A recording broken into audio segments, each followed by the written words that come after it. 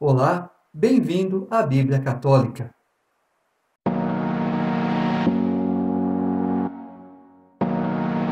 Gênesis capítulo 1. No princípio, Deus criou o céu e a terra.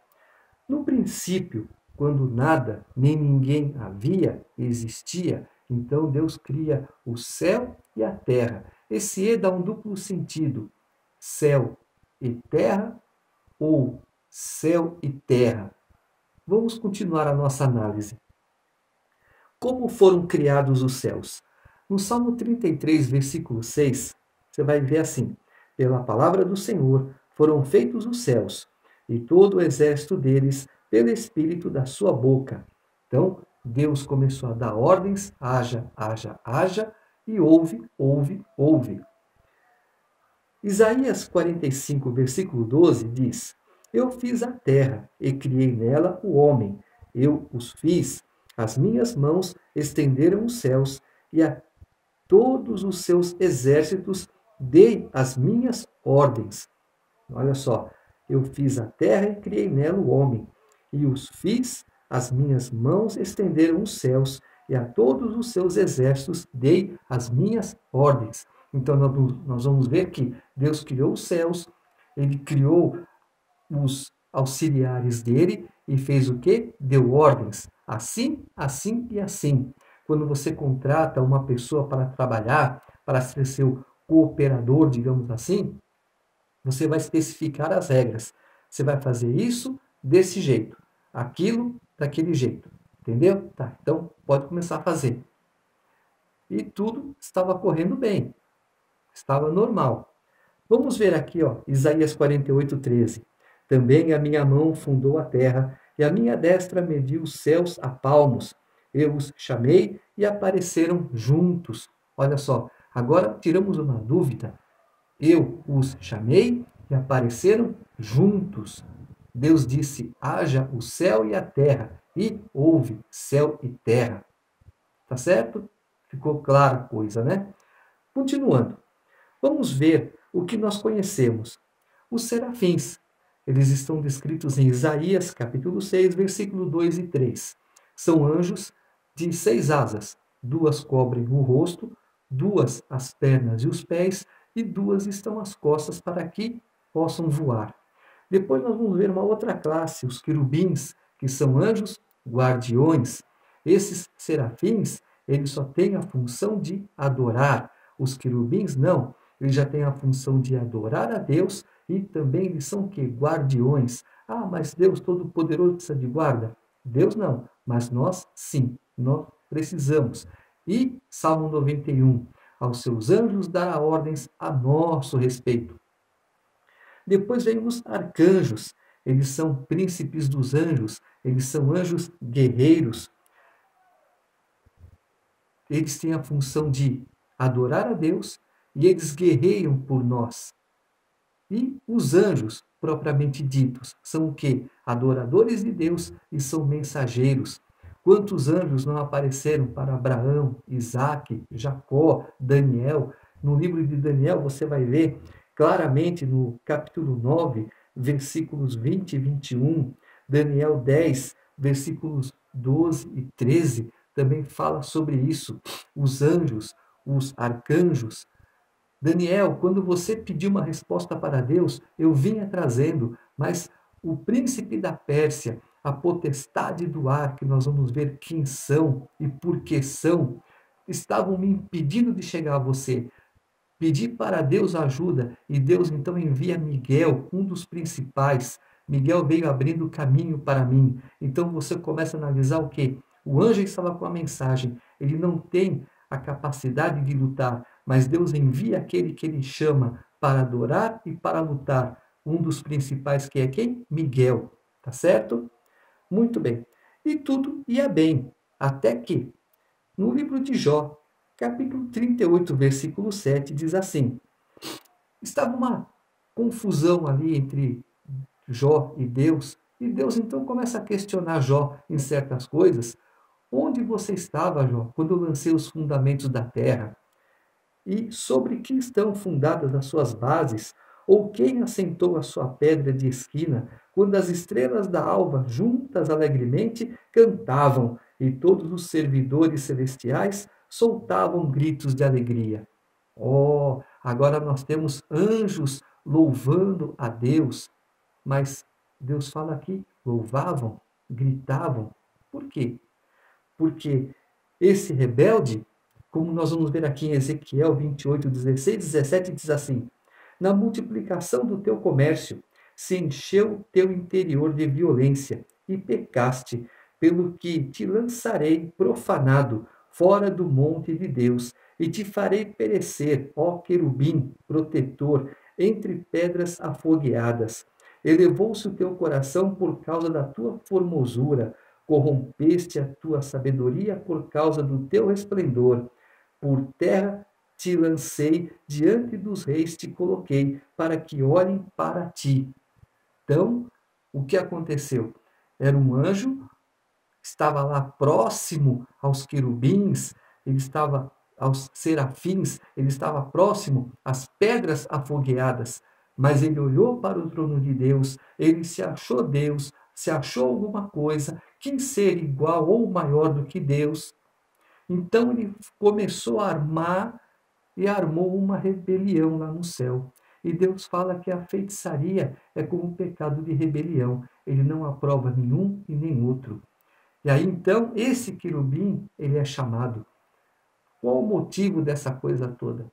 Ah, é tudo do seu jeito, como você quer, não sei o que lá. Mas espera um pouquinho. Quando eu te criei, eu não coloquei regras? Acabamos de ver que Deus coloca regras para que sejam cumpridas, para que sejam feitas.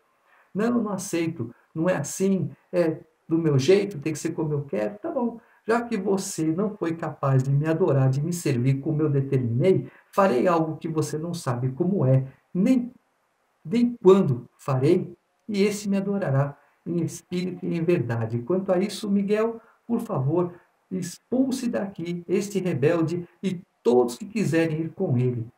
E um terço do céu caiu por causa de uma pessoa. Por causa de uma pessoa, uma nação foi arruinada. Por causa de uma pessoa, o mundo lá na frente será destruído. Por causa de uma pessoa, o pecado entrou na terra. Mas por causa de uma pessoa, se nós recebermos Jesus como nosso suficiente, verdadeiro e único Salvador, teremos o nosso nome escrito no livro da vida e teremos morada eterna com Deus. Certo? Continuando. Ora, a terra estava vazia e vaga, as trevas cobriam o abismo e um sopro de Deus agitava a superfície das águas. Deus disse: haja luz, e houve luz. Deus viu que a luz era boa, e Deus separou a luz das trevas. Deus chamou a luz dia e as trevas noite. Houve uma tarde e uma manhã, o primeiro dia. Então agora nós temos a luz diurna e temos a noite, que Deus chama de trevas. E ele fez essa separação. Por isso que a luz e as trevas não se dão. Fisicamente, quando a luz chega, as trevas se vão. Mas no mundo espiritual, pelos filhos de Deus, nem sempre é assim. As trevas parece que dominam a luz, né? Como Deus disse, os filhos das trevas são mais prudentes que os filhos da luz. Está complicado viver nos dias de hoje. Muito. Então, Deus disse: haja um firmamento no meio das águas e que ele separe as águas das águas. E assim se fez. Deus fez o firmamento que separou as águas que estão sob o firmamento das águas que estão acima do firmamento. E Deus chamou ao firmamento céu. Houve uma tarde e uma manhã, o segundo dia. Esse firmamento é onde as estrelas estão. Tá certo?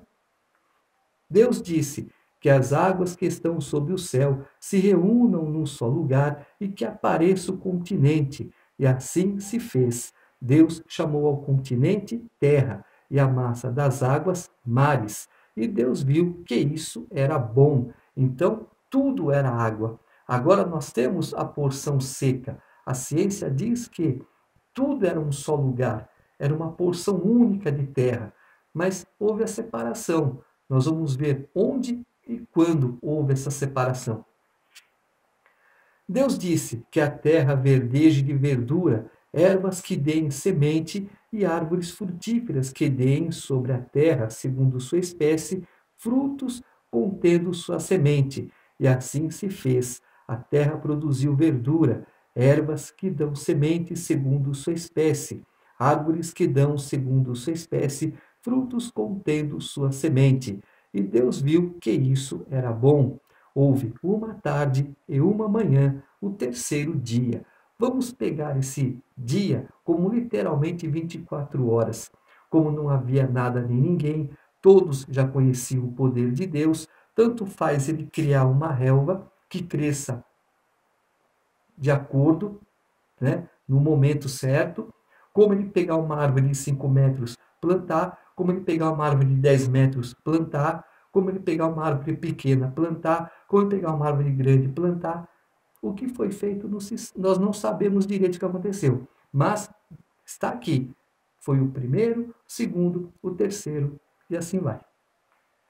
Deus disse que haja luzeiros no firmamento do céu, para separar o dia e a noite, que eles sirvam de sinais, tanto para as festas quanto para os dias e os anos, que sejam luzeiros no firmamento do céu para iluminar a terra. E assim se fez. Deus fez os 2 luzeiros maiores, o grande luzeiro como poder do dia e o pequeno luzeiro como poder da noite, e as estrelas. Deus os colocou no firmamento do céu para iluminar a terra, para comandar o dia e a noite, para separar a luz e as trevas. E Deus viu que isso era bom. Houve uma tarde e uma manhã, o quarto dia. Então, vamos ver agora Deus criando o sol para dar essa luz para nós. Recebemos a luz da lua, só que a luz da lua é a luz do sol refletida nela e ela vem então reflete na terra, para que a nossa noite também não seja tão escura. Seria muito complicada a nossa noite um breu, né?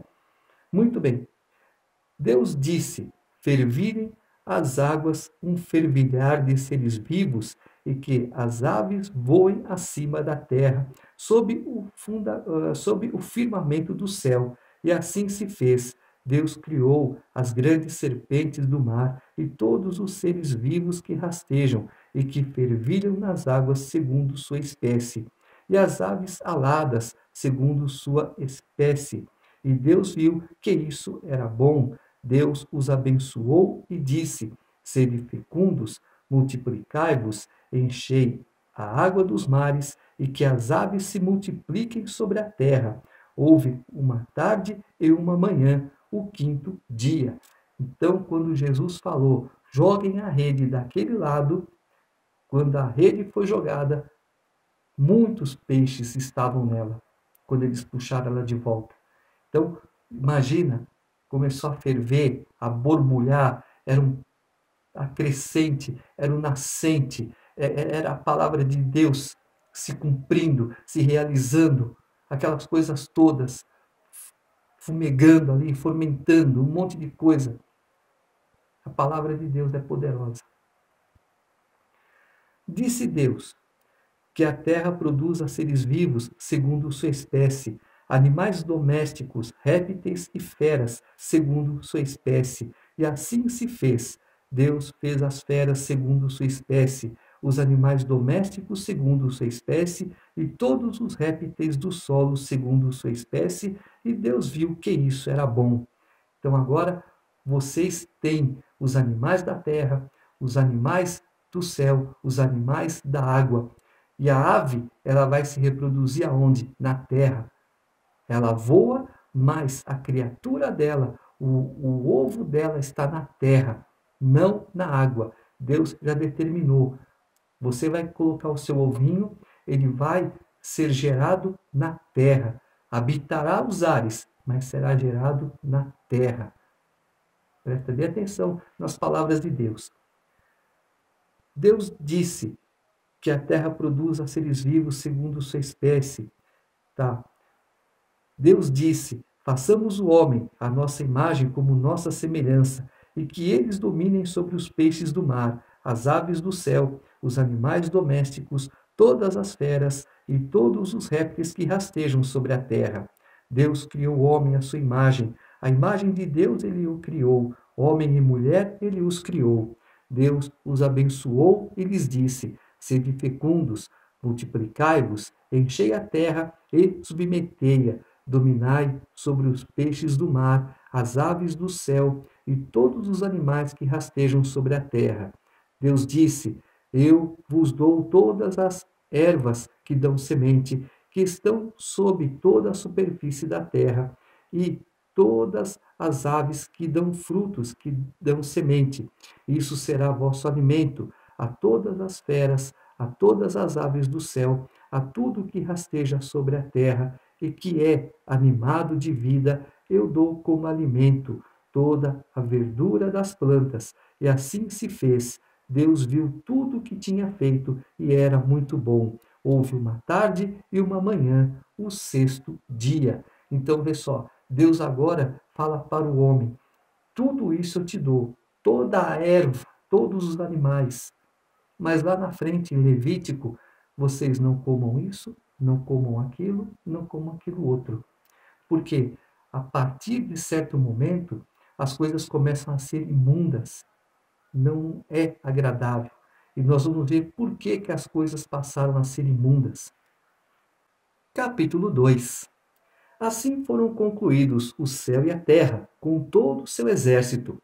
Deus concluiu no sétimo dia a obra que fizera, e no sétimo dia descansou. Depois de toda a obra que fizera, Deus abençoou o sétimo dia e o santificou, pois nele descansou depois de toda a sua obra de criação. Essa é a história do céu e da terra quando foram criados. No tempo em que Yahvé Deus fez a terra e o céu, não havia ainda nenhum arbusto dos campos sobre a terra, e nenhuma erva dos campos tinha ainda crescido, porque Yahvé Deus não tinha feito chover sobre a terra, e não havia homem para cultivar o solo. Entretanto, um manancial subia da terra e regava toda a superfície do solo. Então Yahvé Deus modelou o homem com a argila do solo, insuflou em suas narinas um hálito de vida e o homem se tornou um ser vivente. Vamos analisar o homem. Será que Deus criou uma pessoa já com 30 anos de idade, 1,80 m, branco, um monte de coisa? Deus criou um menino, um bebê. Parece. Não. Em algumas versões, você vai ver Jó dizendo o seguinte, Jó capítulo 3. Enfim, Jó abriu a boca e amaldiçoou o dia do seu nascimento. Jó tomou a palavra e disse: pereça o dia que me viu nascer, a noite que disse: o menino foi concebido. Em algumas Bíblias está assim: maldito o dia em que se disse nasceu um homem. Ah, então Jó nasceu com 1,80 m, 30 anos de idade? Claro que não. Aí, um outro mistério de Deus. Como Deus criou esse menino? Ah, como Tarzan? Os animais criaram? Não. Deus criou, Deus aparecia fisicamente para o homem. O homem era inocente, então Deus pegava no colo, Deus dava leite, Deus dava o alimento necessário. Você não sabe. Você não sabe. Deus não é assim, atrapalhado das ideias como as pessoas falam. Nós vimos o quê? Tivemos a ideia de que Deus colocou as árvores. Não, vou colocar uma aqui de 1,5 m, outra de 10 metros, outra de 20. Não. Acabamos de ler. Não havia chuva, não houve chuva sobre a terra. Não havia o homem para tomar conta da terra. Então agora Deus faz chover. Deus então agora fala, olha, a partir de agora vocês podem crescer, tenham suas vitaminas, seus sais minerais, cresçam, sejam fecundos. Né? A palavra de Deus se cumprindo. Faltava alguma coisa. Então faltava água para que as plantas pudessem ser geradas, crescidas. O homem é a mesma coisa. Deus fez o homem, mas faltou algo. O que era? O fôlego de vida, o sopro do Espírito de Deus sobre a criatura dele. Você pergunta, mas são dois homens, duas mulheres? Não. No capítulo anterior, capítulo 1, nós vimos que Deus criou o homem, etc., tal, a imagem e semelhança dele. Qual é a imagem de Deus? Uma imagem justa, uma imagem santa, separada de todas as coisas podres da terra. Uma pessoa consciente, uma pessoa calma, uma pessoa tranquila, que não perde a paciência por nada, uma pessoa que não se exalta, uma pessoa calma, tranquila, justa, compassiva, longânima. Essa é a imagem e semelhança que nós temos que ter de Deus. E aí então, Deus criou o homem, Deus criou a mulher, e agora ele está descrevendo o quê? Ele está mostrando como que o homem e como que a mulher foram criados, né? Então, o homem foi criado a partir do barro, num certo ponto, aí sim, com a idade de 30 anos mais ou menos, Deus vê que o homem não é justo que o homem fique só, de tudo que eu fiz que é bom, mas eu não acho bom o homem ficar só. Então eu quero que ele tenha uma família, eu quero que ele tenha filhos. É esse o fundamento de Deus, a família. Que muitos falam, não dá importância. Não. O inimigo, esse rebelde, que por enquanto ele está ali, isolado, ele vai começar a agir. Em que ponto que ele vai começar a agir é que nós vamos ver agora. Então, aqui, Yahvé Deus plantou um jardim em Éden, no Oriente, e aí colocou o homem que modelara. Yahvé Deus fez crescer do solo toda espécie de árvores formosas de ver e boas de comer, e a árvore da vida no meio do jardim, e a árvore do conhecimento do bem e do mal. Um rio saía do Éden para regar o jardim, e de lá se dividia, formando 4 braços. O primeiro chama-se Pison, rodeia toda a terra de Évila, onde há ouro, é puro o ouro dessa terra, na qual se encontram o bidélio e a pedra de ônix. O segundo rio chama-se Geom, rodeia toda a terra de Cuxi. O terceiro rio se chama Tigre, corre pelo oriente da Síria. O quarto rio é o Eufrates. Yahvé Deus tomou o homem e o colocou no jardim do Éden para o cultivar e o guardar. E Yahvé Deus deu ao homem este mandamento: podes comer de todas as árvores do jardim, mas da árvore do conhecimento do bem e do mal não comerás, porque no dia em que dela comeres, terás que morrer. Yahvé Deus disse: não é bom que o homem esteja só. Vou fazer uma auxiliar que lhe corresponda. Yahvé Deus modelou então do solo todas as feras selvagens e todas as aves do céu, e as conduziu ao homem para ver como ele as chamaria. Cada qual devia levar o nome que o homem lhe desse. O homem deu nomes a todos os animais, às aves do céu e a todas as feras selvagens, mas para o homem não encontrou auxiliar que lhe correspondesse. Então Yahvé, Deus, fez cair um torpor sobre o homem, e ele dormiu. Tomou uma de suas costelas e fez crescer carne em seu lugar. Depois da costela que tirara do homem, Yahvé Deus modelou uma mulher e a trouxe ao homem. Então o homem exclamou: esta sim é osso de meus ossos e carne de minha carne. Ela será chamada mulher, porque foi tirada do homem. Por isso, um homem deixa seu pai e sua mãe, se une à sua mulher, e eles se tornam uma só carne. Ora, os dois estavam nus, o homem e sua mulher, e não se envergonhavam. Então agora nós vamos ver o que? Deus adormece o homem, ele fala para o homem: olha, não coma daquela árvore. Porque o inimigo, como que ele fez com Jó? Jó, ele te obedece, ele está na tua direção, porque você dá do bom e do melhor para ele. Tira as coisas de Jó, tira a família de Jó. Deus foi, então, toque em tudo que é de Jó. Deus permitiu. Num certo ponto ele volta, ele tem lá seus bens, seu isso, seu aquilo. Então tira tudo dele. O inimigo foi lá e tirou. Mas ele tem a saúde ainda, então tira a saúde dele, só não toca na alma, porque a alma de Jó é minha. Deus dá limites para o inimigo. Nós é que não damos limite para o inimigo. Então, esse rebelde que começou a agir na vida de Jó, ele já estava agindo aqui, esperando uma brecha. Porque, olha, o homem está ali, ele não erra, ele não comete erros, porque você não deixou uma ordem específica para ele, você não deixou regras, como você deixou para nós lá em cima. Deus falou: tá bom, eu vou deixar uma regra para o homem. Tudo que está aqui é de você.